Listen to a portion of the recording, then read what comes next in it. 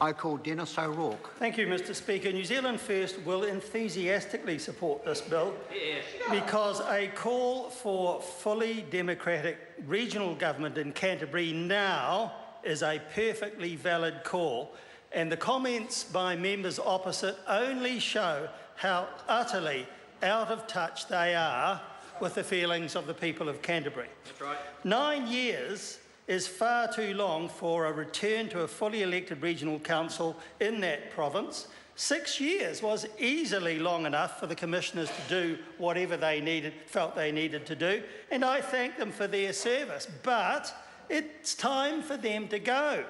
Their time is over. Whatever it was they needed to achieve, they've had time to do, and it's high time they went.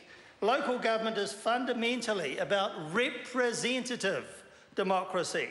Therefore, when commissioners are needed, the term must be short. 6 years is not short. 9 years is frankly ludicrous. The people of the region will become disillusioned with local government altogether and give up on the democratic system if they feel they are not engaged with it. And we can see that in the low turnout that happened in last year's elections. The damage in that respect in Canterbury has been huge because of the grossly unnecessary delay in returning to a fully elected council. It was troubling enough when the commissioners were appointed for more than 3 years. It is absolutely, totally wrong for them to be appointed for a term up to 9 years long. Mr Speaker, the government claimed when it passed the bill for the current hybrid council that we needed a stable environment Canterbury with, quote, specialist skills, unquote. And they said those skills were, firstly, the management of fresh water.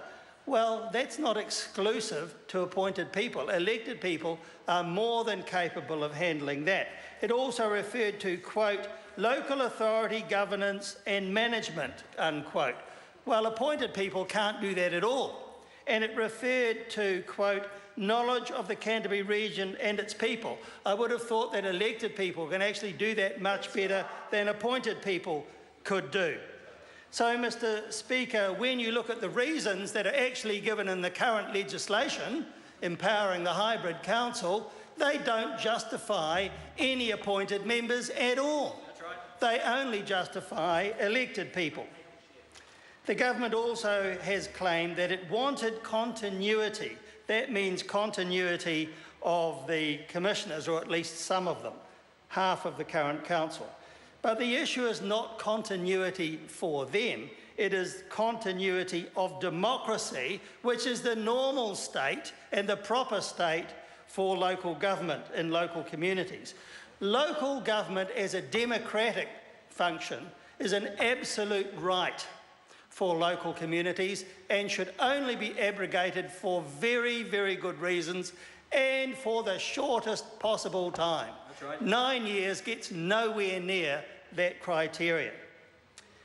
So, Mr Speaker, lip service only has been to democracy has been painted by the current government. It's not really interested in local government at all, especially the member who spoke last from that side of the House, Paul Foster-Bell.